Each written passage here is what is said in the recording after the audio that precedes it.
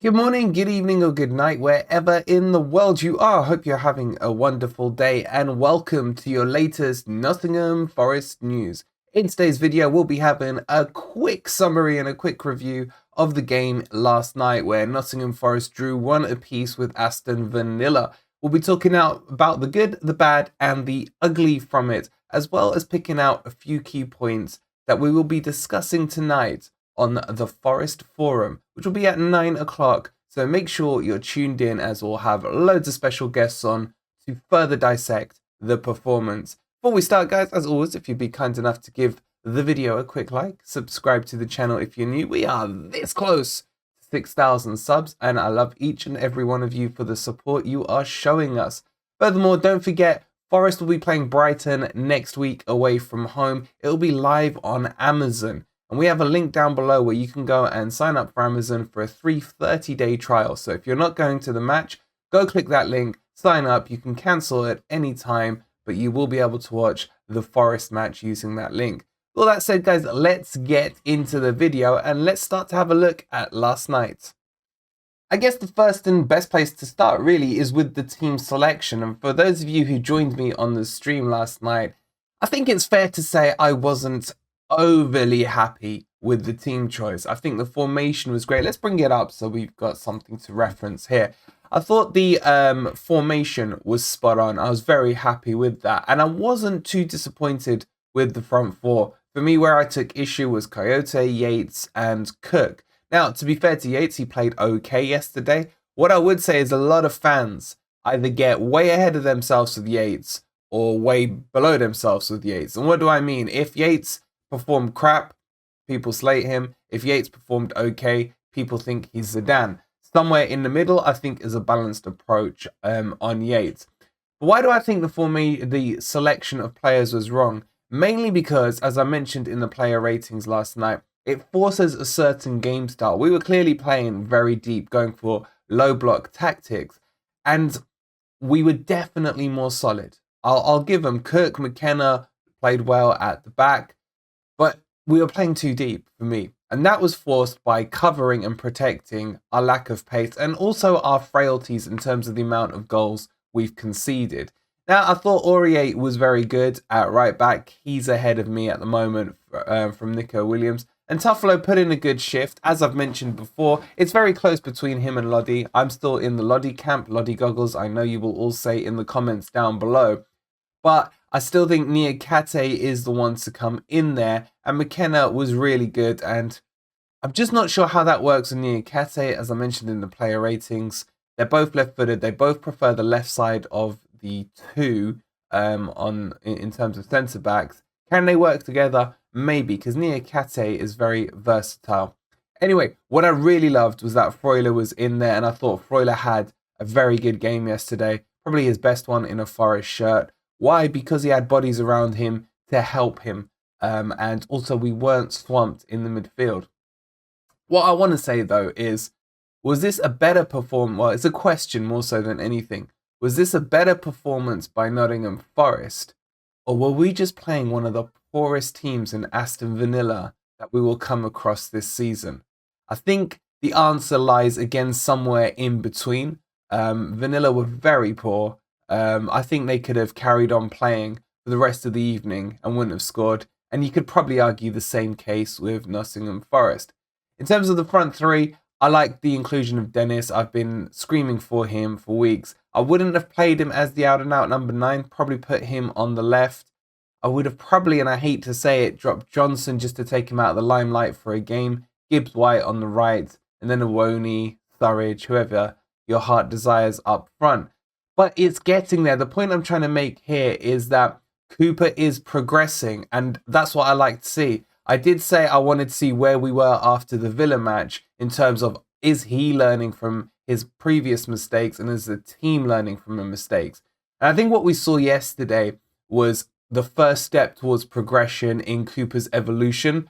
And what do I mean by that is that he's seen the light in terms of formation. That's now back-to-back games, and I give him credit because he was very brave to still stick with a back four after what happened a week ago on Monday. He could have cowered back into his shell, reverted to type, and gone to a back three. but he was brave enough and strong enough to stick to a back four, and I give him the utmost respect for doing that. Where I think he got it wrong was in a couple of places. Obviously, the selection of players. Look, Coyote is not Prem standard. There's a reason. There's a reason Palace didn't extend his contract.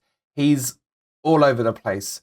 Man, he was up playing as a number 10. At certain points, he was playing as a left winger. I just want to see, and I think his strengths are just sitting in front of that defence, being that shield of protection.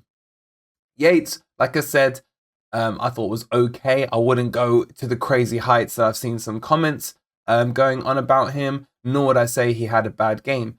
But going back to Cooper, not having Mangala and O'Brien there, regardless of how good Yates was or how bad Coyote was, I don't think there's many Forest fans that would argue with me that O'Brien and Mangala are the first two names on the team sheet in terms of outfield players. And they would have to replace Yates and Coyote. There's no two ways about it. Unless you're going to drop Freuler as well to keep Yates in. But I just think that three, Freuler, O'Brien and Mangala, solid midfield. And that's what I'd like to see. But like I said, it's one step at a time for Steve Cooper. So formation he's got right. He's probably going to settle on this formation, especially going into the Wolves match. He may spice it up for the Arsenal and Liverpool matches. But it shows the first step of consistency. And consistency is the key word for this video today. Why? Because if you look at all our previous team selections, it's been a different one every single game. He's played with formations, 3 at the back, 3-5-2, 3-4-3, all sorts. There's been no settlement.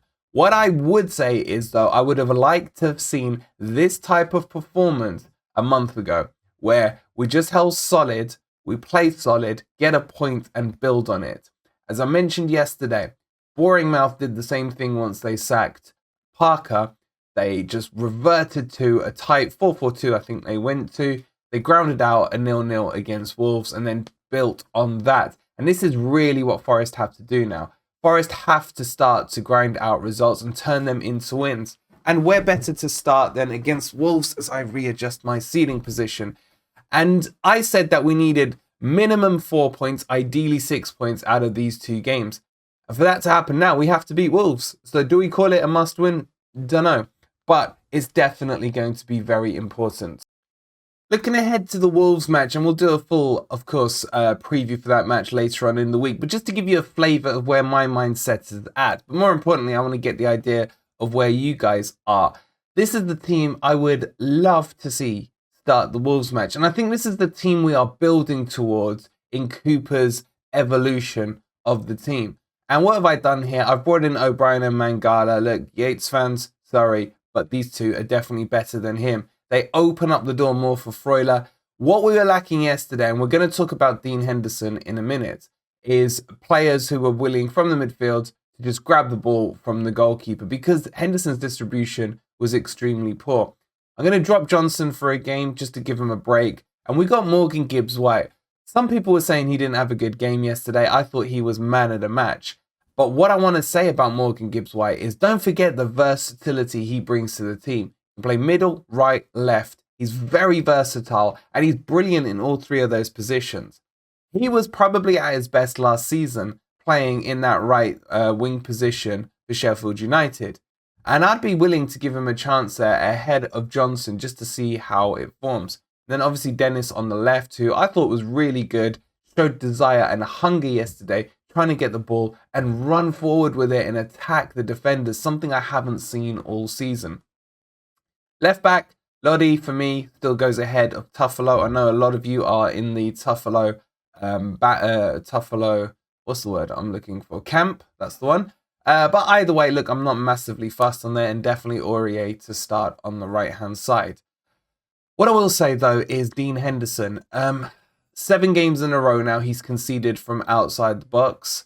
His distribution wasn't fantastic yesterday. He's probably lacking in confidence. I think he beats himself up more than we probably have done so far. Because every time you see him concede a goal, you worry that he's going to break a finger or a wrist or his hand, the amount of times he pounds the ground on the floor in front of him. And that does show you passion, but that shows you as well an over-eagerness. He needs to calm down, just bring it down a notch, and just go back to how he was in the first couple of the games in the season. But we have to understand that he's under immense pressure to keep a clean sheet.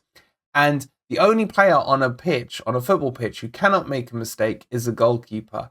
All other 10 outfield players yesterday made plenty of mistakes. But when a goalkeeper makes one mistake, that one mistake will be remembered more than any other mistake on the pitch because it's more likely to lead into a goal. Look, I'm not saying he made any mistakes yesterday, but I'm just highlighting the point and the microscope that goalkeepers are under. But his distribution does need to work. We're going to do an in-depth analysis on Dean Henderson. I think a few of you have been asking me for that, looking at his distribution and everything else. If that is something you would like, let me know in the comments down below. And of course, we'll piece that together for you. Let me know what you think of this kind of skeleton of a team that I would like to see at Wolves. I think this could be that team that bags the dub for us on Saturday. Let me know.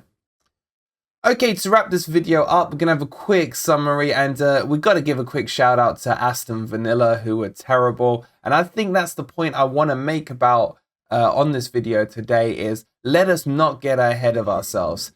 Honestly speaking, had we played a team who were a bit more penetrative up good up front, shall I say, we would have probably struggled and may have lost that game. Let's just be realistic about it. They couldn't score if they were there all evening in that second half, nor did they look like they had the appetite to do it. So probably this game came at a very good time for us. I think if we met Villa at the City Ground in maybe a month's time or 2 months' time, I know there's a World Cup, I think we would have smashed them completely off the park, especially in the form and the way they are playing in. Gerrard is now under huge pressure. A draw is not going to cut it with the Villa fans. I saw a few comments and a few clips of their fans, and it put a smile on my face. Let's say they're very frustrated with their performance. But my point on this is that let's not get ahead of ourselves. Let's not get behind ourselves. Let's be calm and rational in what we saw yesterday. It was better than previous. Cooper did step up.